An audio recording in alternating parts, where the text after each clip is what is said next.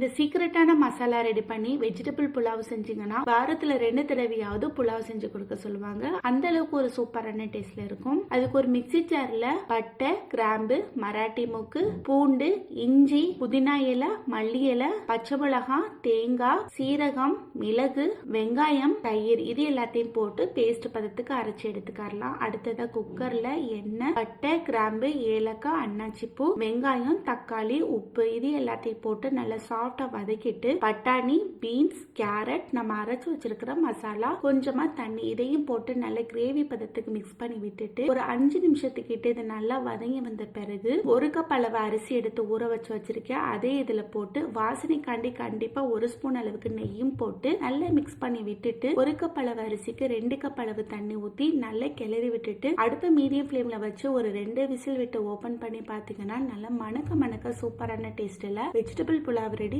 செம்ம டேஸ்டா இருக்கும். கண்டிப்பா ட்ரை பண்ணி பாருங்க. இந்த வீடியோட ஃபுல் லிங்க் கொடுக்குறேன், செக் பண்ணி பார்த்துக்கோங்க. அப்படியே போற போக்குல அந்த லைக் பட்டனை தட்டி விட்டு போங்க. பாய்.